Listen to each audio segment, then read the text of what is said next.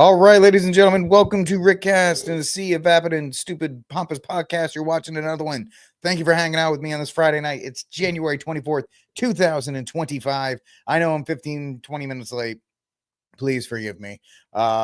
Things happen, but I'm here and you're here, and I appreciate you all being here. We're going to jump right into it. I'll do my promos and stuff on the back end towards the end of the show because we are covering Pete Hegseth stuff right now as it's happening. In case you don't know, I will let a good member of the Senate tell you what's actually going on.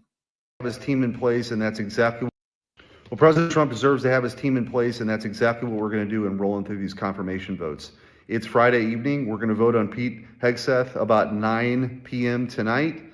And then we're going to immediately move to Kristi Noem to put that on the clock, which would put her up for a vote Sunday about 2 a.m. After that, we would roll to Scott Bessent, which will be Monday morning, and then a Tuesday afternoon vote for Sean Duffy. Then next week, we've got hearings on Kash Patel, Tulsi Gabbard. We're just going to keep rolling. The Democrats can throw up their roadblocks. It doesn't matter. We're going to get this done. Senate Republicans are committed to it, and President Trump deserves to have his team in place. So what's going on here? And I don't have the graphic in front of me. You're just going to have to listen to my silky voice. So on Thursday, the Senate voted 51-49 to advance Hegseth's nomination. Unlike Marco Rubio, where he just got confirmed 99-0, they're slow walking Pete Hegseth's nomination because they're trying to get it's both. The Democrats are slow walking this because they're trying to get momentum against the Republicans to vote for, because just a couple hours ago from Fox at 10:30 this morning, you had Oklahoma Senator Mullen said he thinks they have the votes, and you've had other senators say they have the votes for Hegseth. This is a no-brainer. It's a slam dunk. Don't worry about it. Trump's going to get his team. Yada, yada, yada. Except now we're starting to see some cracks develop here. And the fact of the matter is that, we're seeing this confirmation vote. So this is from thehill.com. We have, which you're not seeing. Now you are. No, you're not.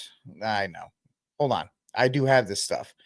Let's see here. There it is from thehill.com. I got it. Evening report, Senate to hold a confirmation vote on third Trump cabinet pick. President Trump's Senate allies are racing ahead to confirm his cabinets, and the chamber is set to vote Friday night on Defense Secretary nominee Pete Hegseth. Hegseth, one of Trump's most controversial picks late last year, who has since won support from many Senate Republicans, will get the final vote after clearing a key hurdle in the upper chamber on Thursday. The vote tonight is expected to be incredibly close. Only two GOP senators have signaled opposition to Hegseth.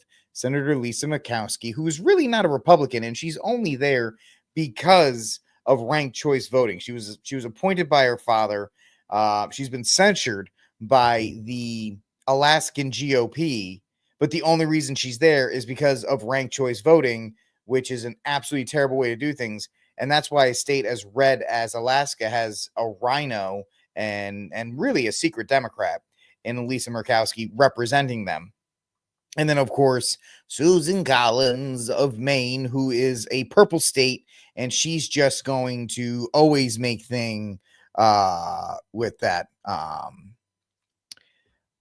Of that. Hold on, Steph. I just started the show 5 seconds ago. What are you talking about? So you can seriously say there's no issues with Hegseth? If this were reversed, you would be going full bore against. So what are we talking about? The infidelity? Are we talking about the drinking? Are we talking about any of these other things? Because in Washington, D.C., I think that's kind of a lot of glass houses that shouldn't be thrown against it. I really don't care about cabinet. Steph, I never cared about any previous cabinet picks. I didn't, who the last DOD, Lloyd Austin, I think he's terrible. I was on a roll. Well, I'm not on a roll tonight. I'm on a bagel. So you have Lisa Murkowski and you have Susan Collins, who have always been thorns in the side of the Republican Party. Susan Collins comes from a purple state. You wouldn't think Maine would be because it's very rural, but Kennebunkport and Portland make it more purple. And now we're actually seeing, and this is from CNN, so I don't know how exact this is. There are 2 more senators that they're worried about. Now, there's rumors that Fetterman is going to jump on and vote for Hegseth. There's rumors that Fetterman's going to break ranks and he's going to vote in favor of it because he's a politician and he wants to be like, oh, look, I'm with everybody and I'm normal, I'm a moderate, blah, blah, blah, blah, blah, whatever. But you have, and this is from CNN 6 minutes ago, so I don't know how good this is. They might just be stirring the pot. They have Tom Tillis from North Carolina and Mitch McConnell are uncertain, as they're saying. They are uncertain about who if they're going to vote yes or no. And so what to know about Tillis, North Carolina lawmaker who is up for re-election in 2026, has been facing relentless pressure behind the scenes today, according to another source familiar with the matter. As sources familiar told CNN, that the majority leader, John Thune, has spoken with Tillis a few times Friday night as he weighs his support. So, and Tillis is always a weird question mark with Republicans. They're like, we need somebody better. We need a Laura Trump. We need this, that. Here's the thing. Despite the fact that Trump won North Carolina the last 2 times, with Charlotte being as blue as it is, and a lot of the, UNC and all these college towns, North Carolina is not a deep red state. So you get people like Tillis, and I'm sure Tillis is getting a lot of pressure from the blue areas of North Carolina to not vote for Hegseth.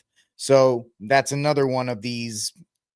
North Carolina is not technically a purple state right now, but it is not Oklahoma. It's not Oklahoma, or it's not West Virginia, these deep red areas.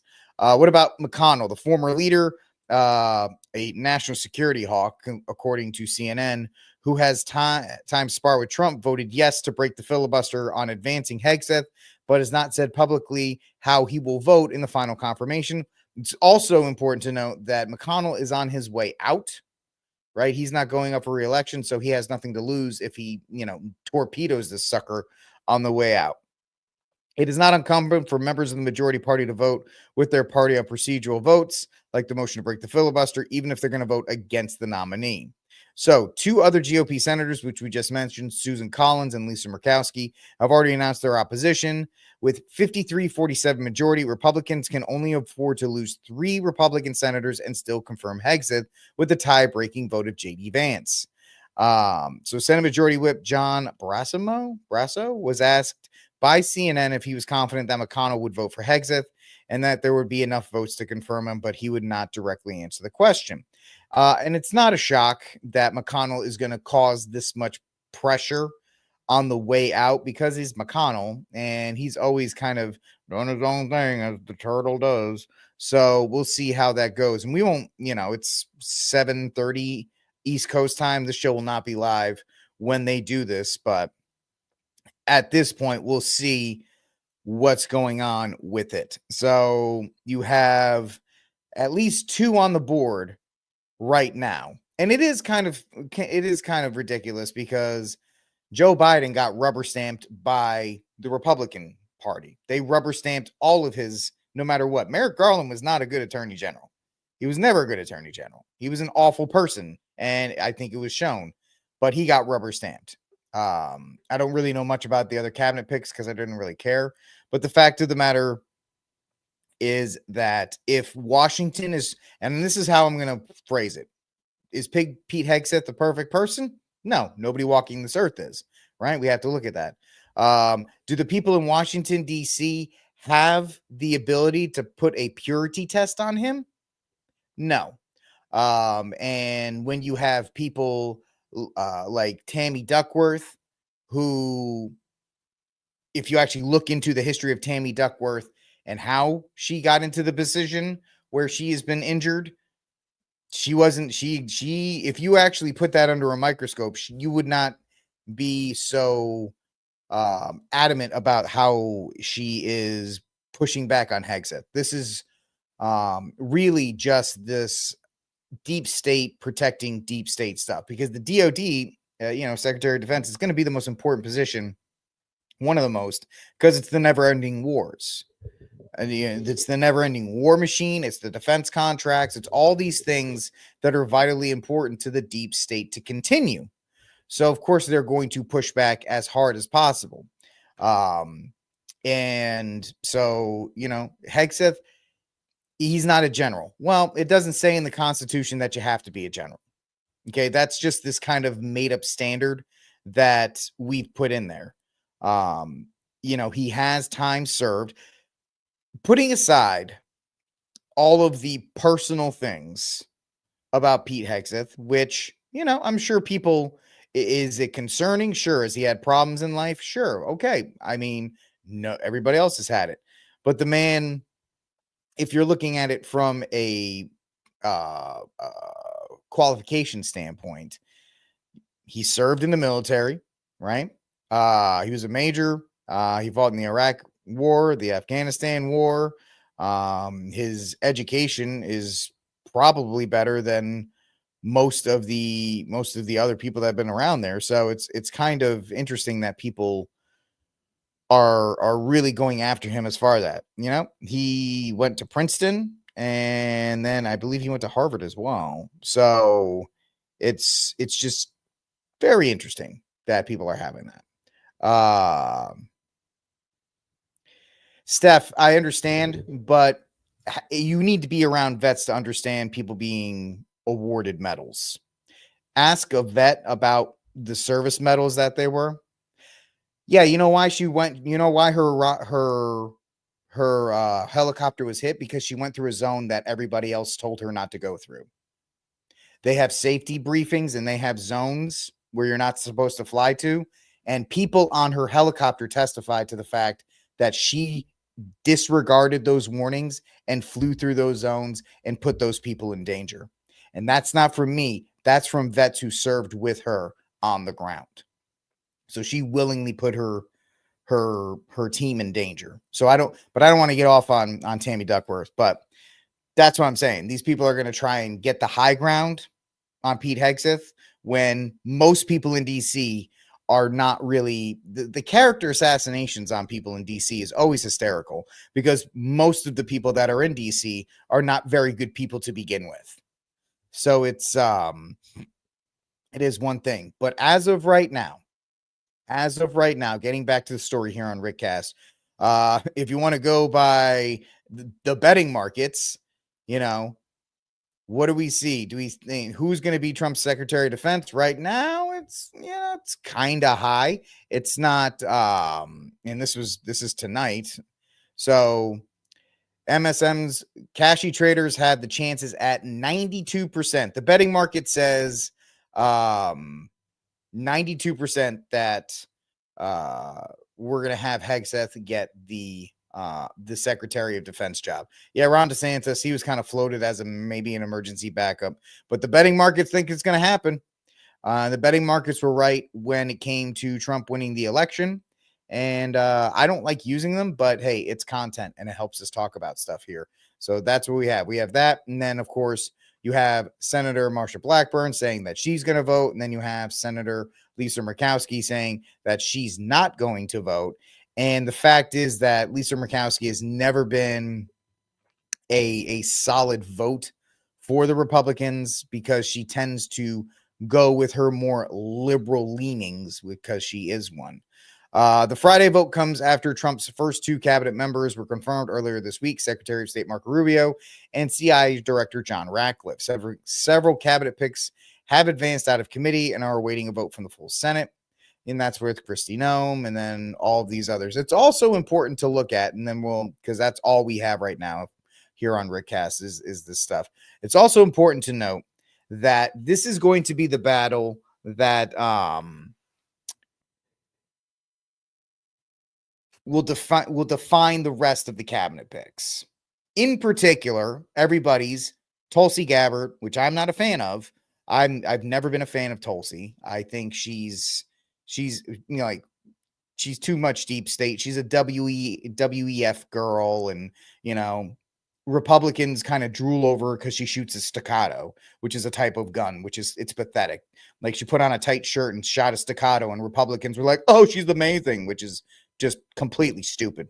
So I'm not a fan of Tulsi. Never was a fan of Tulsi. I don't think she's a good pick for any position, but that's just me. And RFK, which is the strangest one, because somebody brought this up on Timcast last night, that if they do confirm RFK, if the Republicans confirm RFK, he will be the most pro-abortion the Secretary of Health and Human Service that the Republicans have ever put in office, which is, it's a very interesting thing now that the abortion issue is supposedly at the state level.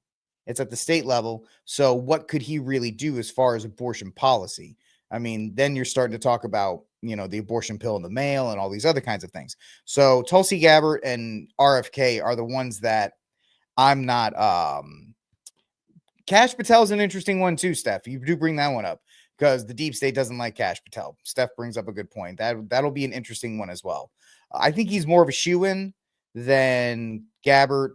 RFK is the one that I think is not gonna. I think that's gonna be the battle.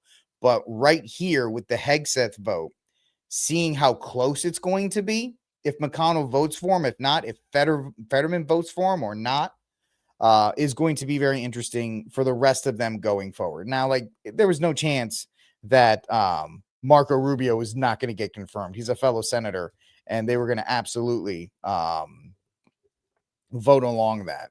Let me see if I can get this on Hegseth. Let me see here. Hegseth. I wish they would just have normal names. Let's see. No, he doesn't have anything. All right. Anyway, so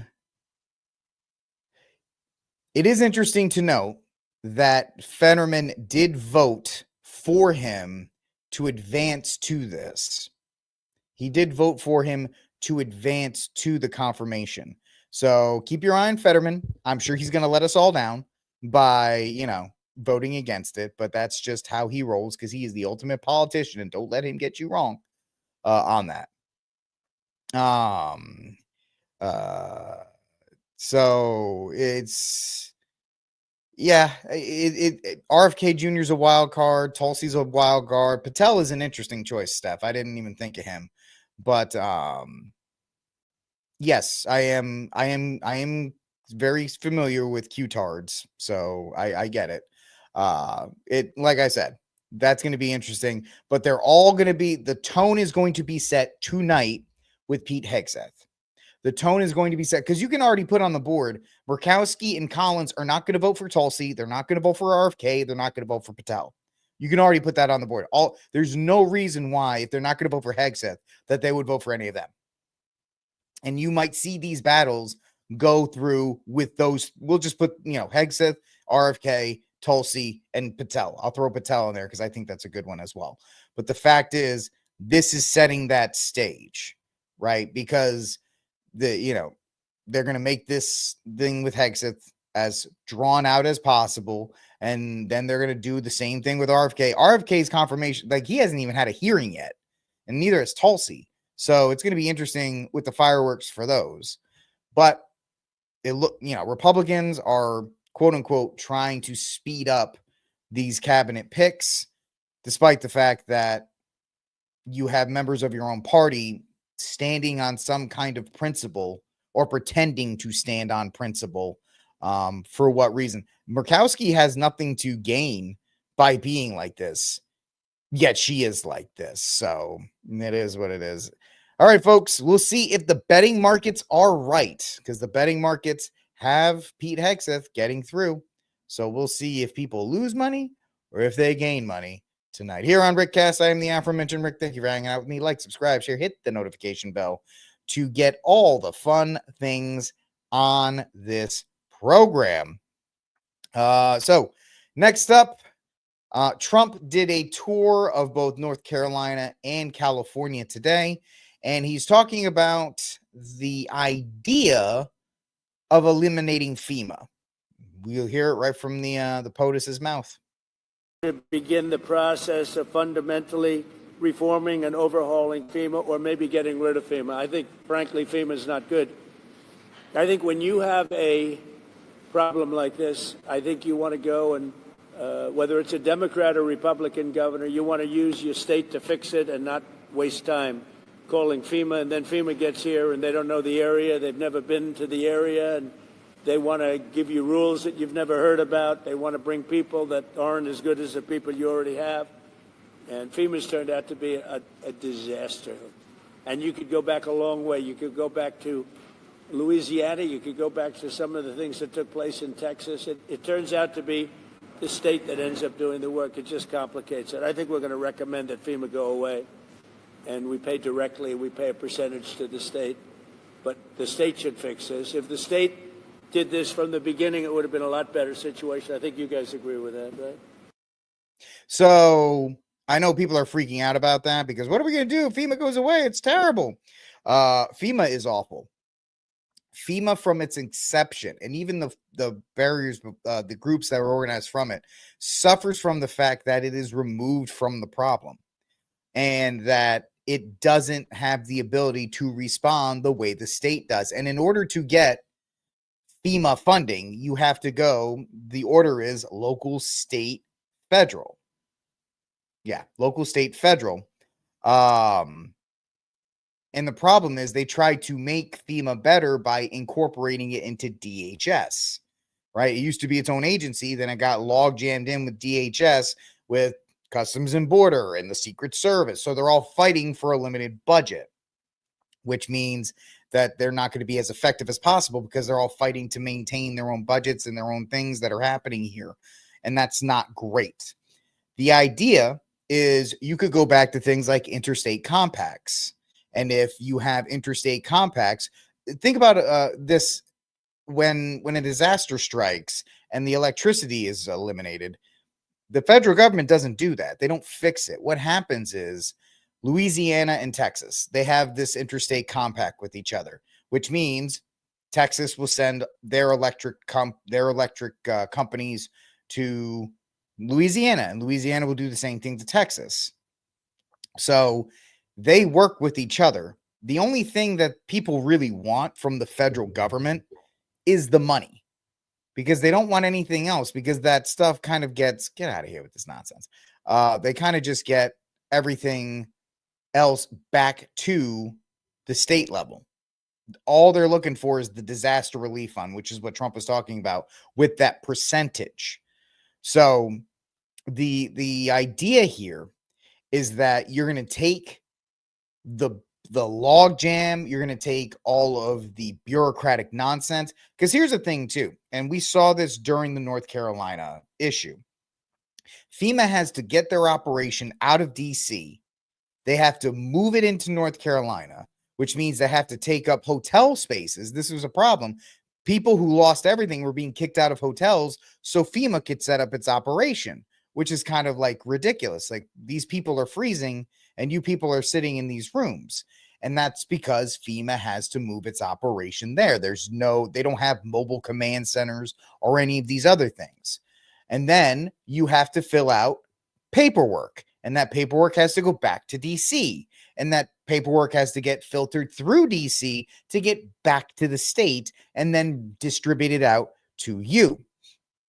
So that's the efficiency factor we're talking about with FEMA. FEMA does not help any situation. What they do is they clog, and I do have a little bit of knowledge about this because I have a master's in Homeland Security from Penn State University, and I wrote a couple papers on FEMA and TSA and their inefficiencies, and you could see the fact that when he mentioned Louisiana, that was the first test of FEMA within DHS, and the problem is there's too many levels of people you have to get approval from. First, you got to go, the mayor has to do it, then the governor has to do it, then the governor calls the president, then the president authorizes, then they go to DHS, and then DHS authorizes, and then that goes down to the head of the FEMA, and then FEMA gets it in. Like, there's too many roadblocks to try and get these things in motion. Now, if there's a way for them to say, because our money is being stolen from us for FEMA, so if they're going to continue to steal from us, just put it into a disaster relief fund. Just put it into a disaster relief fund, and you could take the money that you saved from eliminating FEMA. You could even make, and I'll make this deal with you. You could even take FEMA and turn it into an advisory board of 5 people, and then, or whatever, and have them be like, all right, we approve, go, just to keep the keep track of what funds are being used where. Right, you have like one small department that keeps track, because that like 5 people can do it nowadays. You got people can do it on QuickBooks. You can do it 5 people to keep track of where the money's going, and then the money gets dispersed. There's no reason to have an act, because FEMA does not do anything. FEMA shows up, they make you stand in line, you fill out some paperwork, they tell you to wait, you send in, then they give you a check a couple weeks later. The states are the ones, because the states have their own disaster relief. The states have their own emergency management. The states have their own ability to respond, and they should be the ones to respond, because each state is like its own country. Texas should be able to respond to it. Louisiana should be able to respond to it. Ohio should be able to. California should. Excuse me. And that's the problem, is that FEMA also encourages states, for lack of a better term, I'm trying to make sure I don't burp, to not be prepared. Because if they're, like, look what California did. Oh, well, our stuff's burning. FEMA, hey, you want to give us a check? Well, why aren't you ready? Oh, the reservoir is not ready, and this is not ready. Can you give it money, please? If you ever saw Parks and Rec, just money, please. That's all they turn into. Money, please. Because that's all they're looking for. So, yeah, I'm fine with Trump eliminating FEMA. I'm fine with it turning into a smaller subgroup. You can keep it under DHS. All you want FEMA for is not even approval, but just oversight. And when I mean oversight, the states will give you the receipts. This is what you guys approved us for. This is what we spent. That's it. FEMA should not be on the ground coordinating things, because now you have states and federal and who's doing what and where, and people are saying like the Amish were building houses for people in North Carolina. FEMA comes in weeks later and says, yeah, these houses that are ready to go, they don't meet code. So you got to trash them. They don't do anything except muck up the actual operation. So if you want to take FEMA, turn it into an oversight, which is a dirty word, but when I say oversight, an accounting part of DHS, as in the state of Texas took $15 billion for their tornado. California got $200 billion out of a $500 billion budget. I know I'm throwing these numbers around, but our national debt, it's actually kind of crazy. Yeah, and so I would be fine with that, and I'm okay with Trump taking that. And by the way, he did go to California as well.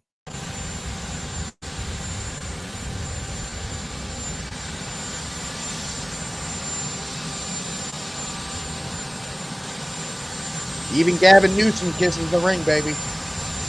Because Gavin Newsom wants that money.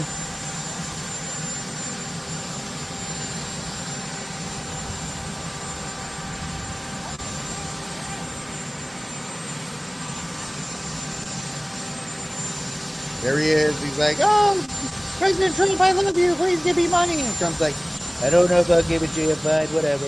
Which also just shows, despite the political pandering, in the end, they're all on the same team. And they're all, Gavin's going to come and kiss the ring and tell everybody how great Trump is. Because he's like, money, please. We just left North Carolina a little while ago. We have that in very good shape. We have the congressman in charge and Michael Watley, and we're going to do a lot of work. We have the Army Corps of Engineers working as they are here. And I think you're going to see some very big progress. They left them high and dry. And now we're going to be taking a little tour with some of the people from the area. I appreciate the governor coming out and meeting me, Kevin. Thank you very much. And we'll be talking a little bit. We want to get it fixed. We want to get the problem fixed.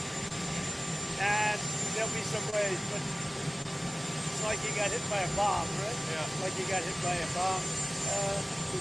He has to pretend like he likes Trump now, which is hysterical. Thank you for being here. It means a great deal to all of us. Not just the folks in Palisades, the folks in Altadena that were devastated. We're going to need your support. We're going to need your help. You were there for us during COVID. I don't forget that. And Yeah, nobody I forgets call what the Gavin Newsom did during expectation COVID. We'll be able to work together to get this speedy recovery. We're going to get it done. Tremendous numbers of lives have been affected. A lot of real estate's been affected. Nobody's ever probably seen anything like this. You can almost say since the Second World War, when you think of it. I mean, nothing like this Literally, has Trump happened. can say whatever he wants, and Gavin's got to be like, "Yeah, you're right. You're right. Please just give me money. Yay!" It's so pathetic. It's so pathetic. And we're going to get it fixed, so we'll get it permanently fixed, so it can't happen again. And again, we'll be talking a little bit later, and we'll get it worked out, okay? I appreciate it, Mr. President. Thank you, guys. Thank you. Thank you. Thank you. How do you have disagreed a lot over the past week over what has happened in this state? How do you plan to We got to put your get it differences finished. aside? We're looking to get something completed. And the way you get it completed is to work together. It's the governor of the state. And we're going to get it completed. They're going to need a lot of federal help. Unless you don't need any, which should be okay. We're going to need a lot of federal help. Yeah, please So, give me money because I we're didn't gonna do take care of anything. it, okay? And this is the crazy thing. At the same time, Gavin Newsom's gloating about the fact that they put $50 million aside to fight the deportations. And now he's like, please give us money. So, the whole thing is an absolute mess. But yeah, so that's the second story today on RickCast. I am the aforementioned Rick, and I appreciate you guys hanging out with me. Like, subscribe, share, hit the notification button if you're watching on the YouTube or on the Rumble. If you're on the X machine, hit that follow button and help me grow this channel as well. We do shows every night, even on Fridays when I'm running late. But I still bring you something. I still bring you a little bit of the news. So thank you guys for hanging out with me and being patient with me as well.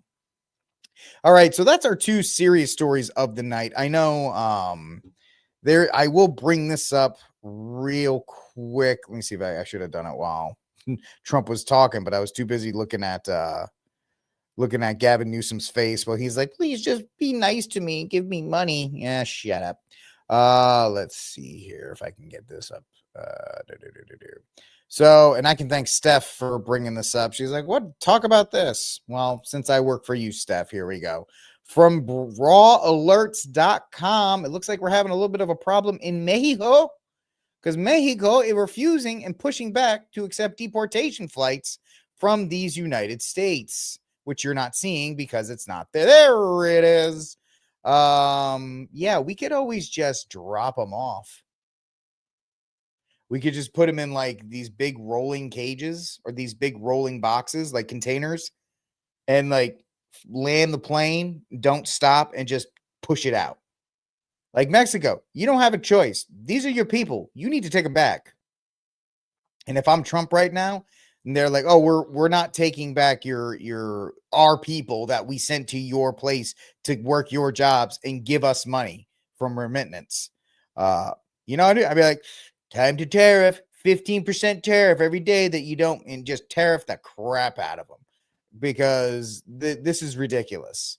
Mexico with its terrible new president needs to get in line because they are just as responsible for the situation at the border because they don't stop it. They encourage it. They help people get through. So they need to absolutely, for lack of, I'll say it again, they need to fall in line because this is just ridiculous.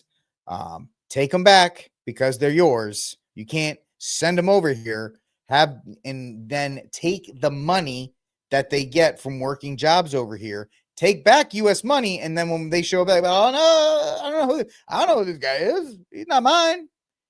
He's Venezuelan. Send him over there. Well, they're going somewhere. They ain't coming back here. All right, next story up. We got two stories that are they're not political. We're going to end the week with some non-political stories here. First one, which I found pretty hysterical. Spirit Airlines no longer allowing passengers with quote-unquote inappropriate clothing or tattoos to fly, which means I can now sit in the airport without having to worry about having a guy in SpongeBob SquarePants pajamas standing next to me when I'm trying to get a coffee. There is one thing that shows the societal decay here in these United States, and it's the lack of people dressing at the airport. Now, I don't, I'm just a good-looking guy no matter what. But when I go to the airport, I wear slacks, a polo. That's not my phone, but okay. I wear slacks. Oh, okay. That's not my phone. That's the stupid music from the website. Sorry about that. This auto stuff is ridiculous. I hope you enjoyed the music. Sorry about that. So when I go, and that's not my fault, that's the autoplay. So forget you, Fox. I shouldn't use Fox. So Spirit Airlines is no longer allowing passengers with inappropriate clothing or tattoos to fly, which is good because people at the airport are just slobs. They're just absolute slobs. And the fact of the matter is, it's allowed. It's allowed because I'm trying to make sure I have it in case any more music comes on. It's allowed because there's no societal expectation. You can just show up in your flip-flops with your socks on and some sweatpants. I am going to get striked, whatever. And just go through. It's gross. It's disgusting. Most people don't even shower nowadays when they go through the airport. And it's like, come on, man. Can you at least shower when you get on the flight? Because I got to sit next to you for 2.5 hours in these sardine-like seats. And please don't bring food on the plane. Don't bring your smelly sandwich on the plane. All right. I'm fine that you want to get a Reuben when we're in the food court, but you're going to come on the plane with a Reuben that's going to stink the whole thing up because you can't clear the air out of that sucker. Right? Hey, Spirit, can you no longer let people bring smelly, gross food on the plane? Sorry, if you can't do that, don't bring it on. Get to the airport earlier so you can eat.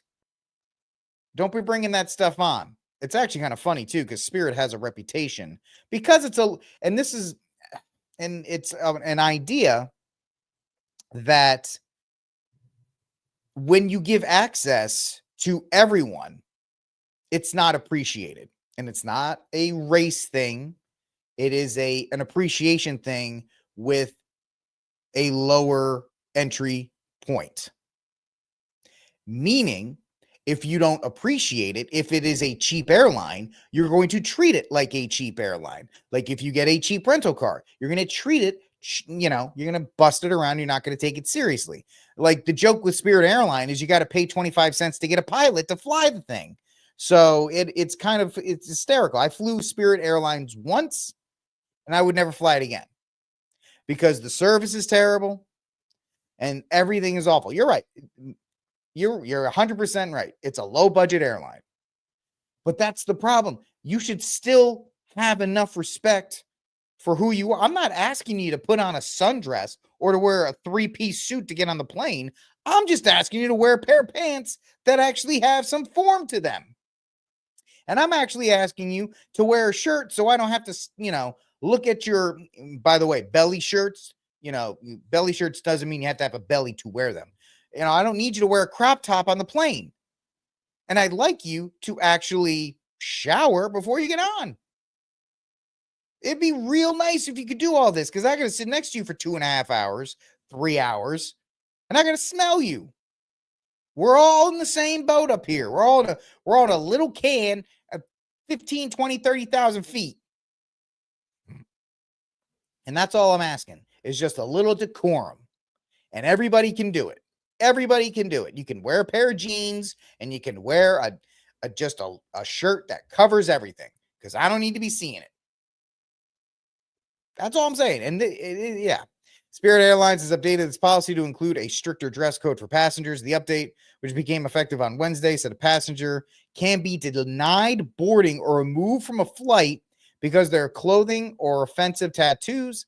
The additions to the contract now specify that passengers who are inadequately clothed, as you can see right here, yeah, you can call me a prude. This is inadequately clothed because then they get on the plane and they're like, I'm so cold. Yeah, you're 30,000 feet up off the ground. It's cold up there. There must be some toros in the atmosphere.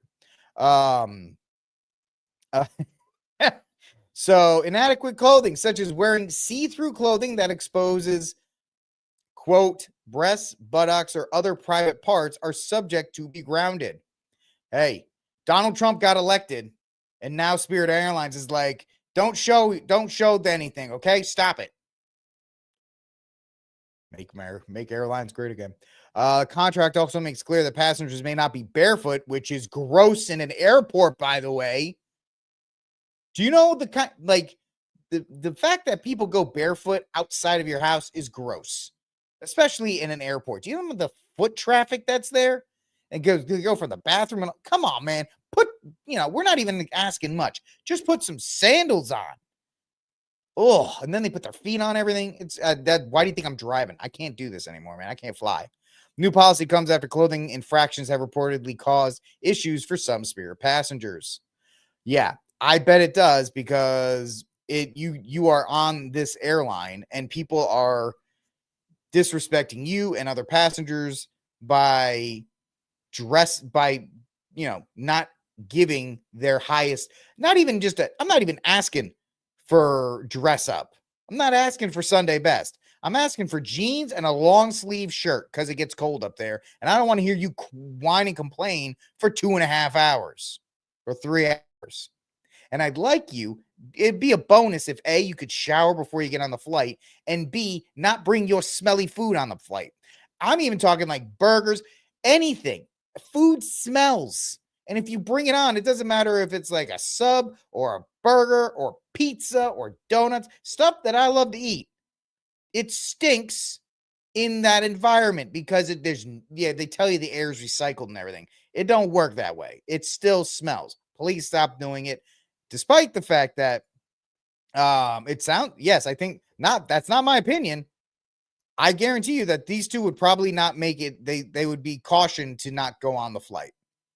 They would be cautioned to not go on the flight. Because remember, now you're talking about clothing that exposes these places. We can't see the front of the shirt, thank goodness. And so I would not want them to fly. Oh, you're such a prude. Thumbs up to that one. All right, folks, let's move on to our last story of the night. A little bit of entertainment news. By the way, I just watched Gladiator 2, and I will hopefully have a way too late movie review for it tomorrow. Spoiler alert, it wasn't great. But I like to do some entertainment stuff on the way out. So Paramount hit with legal letter to consider last minute $13.5 billion offer from outside investor over Skydance. Now, Paramount Pictures, despite the success of movies like Top Gun, Maverick, and others, has been looking to be sold off for years. Ever since the streaming wars happened and then COVID, they couldn't recover from it. They don't have enough franchises. They have Top Gun. They had Transformers. And they don't really have any. They have Mission Impossible, which is coming to an end. And so they're looking to be sold off, just like MGM was, just like Fox Studios was. They're looking to be bought up by either Amazon, Apple, or Disney. Those are the only three that'll buy them at this point. And so it's going to be, or Skydance. Skydance is the Chinese company that's essentially the Tom Cruise studio. Because the entertainment industry is dead. We've seen lower film receipts over the last couple of years. The fact that this summer, this year, 2025 is the year of sequels and reboots, and we've only got sequels and reboots. And they're all not very good because people don't know how to actually write films anymore, and they don't know how to actually, film them. Because digital cameras allow you to have 7 camera angles at once. And so they just try to film one time, 7 different angles, and then they just move on. They don't actually seek perfection. They just seek what I call slop. So Skydance Media and Redbird Capital Partners work to close with the Larry Ellison of the new cancer jab fame back takeover of Paramount Global this spring. A consortium of investors who previously bid on the storied media conglomerate is mounting an 11th hour, $13.5 billion offer. Variety has obtained a legal letter that is being sent to Paramount's board today from Project Rise Partners that outlines a new bid that is higher than an all-cash offer the consortium made during the go shop window, which is the buying period. The group says the terms are vastly superior to the $8 billion deal from Skydance and Redbird. The letter prepared by the law firm Baker and Hostetler notes that in light of market negative reactions to Skydance transactions, PRB is now increasing as offer to $15 per share, which is 75% premium, 27% more than Skydance. So the reason why, last time I went to a theater, good question, Steph. It was for the movie. Oh man, I can't even remember the movie. It was an Apple movie with Henry Cavill. It was in theaters. Yeah, that was the last. It was last year. Yeah, it was probably spring of last year. I haven't been to a film since, which I used to go all the time. I worked at a movie theater for a while too. In case if you're new here, I used to work at a movie theater. I was a projectionist for a while. It was one of my favorite jobs ever because I was up by myself and nobody bothered me. I got to be a hermit up in the projection booth, just building films, breaking down films, and screening them. It was a lot of fun. But that was back during a golden age, man. I worked during like Blade 2, The Lord of the Rings, like that time period. It was awesome. Bad Boys 2, all that kind of stuff. It was great. But because there's Paramount and Sony are the last two big companies, and Warner Brothers, but I think Warner Brothers is going to get sold to Universal. That sounds like that's the play. So Paramount and Sony are the last two viable independent studios that can be bought up for their content, because everything's on streaming now and everybody cares about their libraries and how big their libraries are. So it's going to be interesting to see how much of a price tag Paramount will fetch, because it's not as big as Fox, but it was a little bigger than MGM. And I know Amazon's trying to increase their library. Apple TV is going to be the most interesting one because it's a tech company, and their attempts to be kind of this like niche, bougie streaming service has failed because people are like, yeah, I don't need all this crap. So they may buy something like Paramount to increase the appeal of Apple TV Plus. So we'll see. But Paramount looks like it's going to be bought by Skydance.